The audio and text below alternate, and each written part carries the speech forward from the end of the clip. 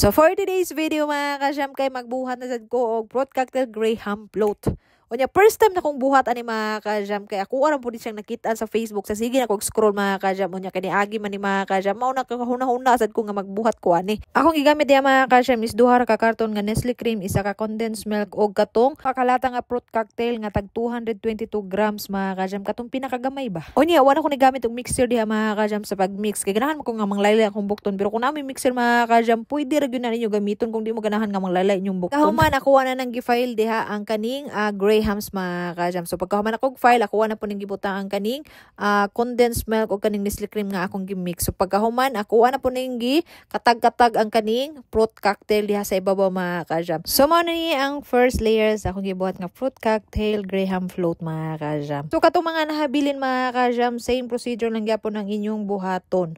Unya mao na ni ang final result mga kasyam. Unya ako ra po na siyang gibutang og kaning crush Graham mga kasyam pero optional ra gyud na siya pero kung wala mo available mga kasyam pwede ra gyud na dinyo dili butangan. So pagkahuman mga kasyam ako na siyang gisulod sa refrigerator.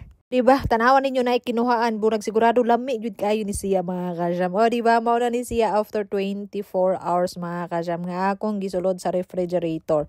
O diba, tanawan ninyo hasta yung lamia. Una na rin kasi magbuhat og fruit cocktail Graham float mga kasyam. So sa mga nangutana kung pila akong nagastuan nita na mga kasyam, wa jud ko kay balo kay wala na nako kwenta ha ang gasto. Ang importante nga makakaon ko ha.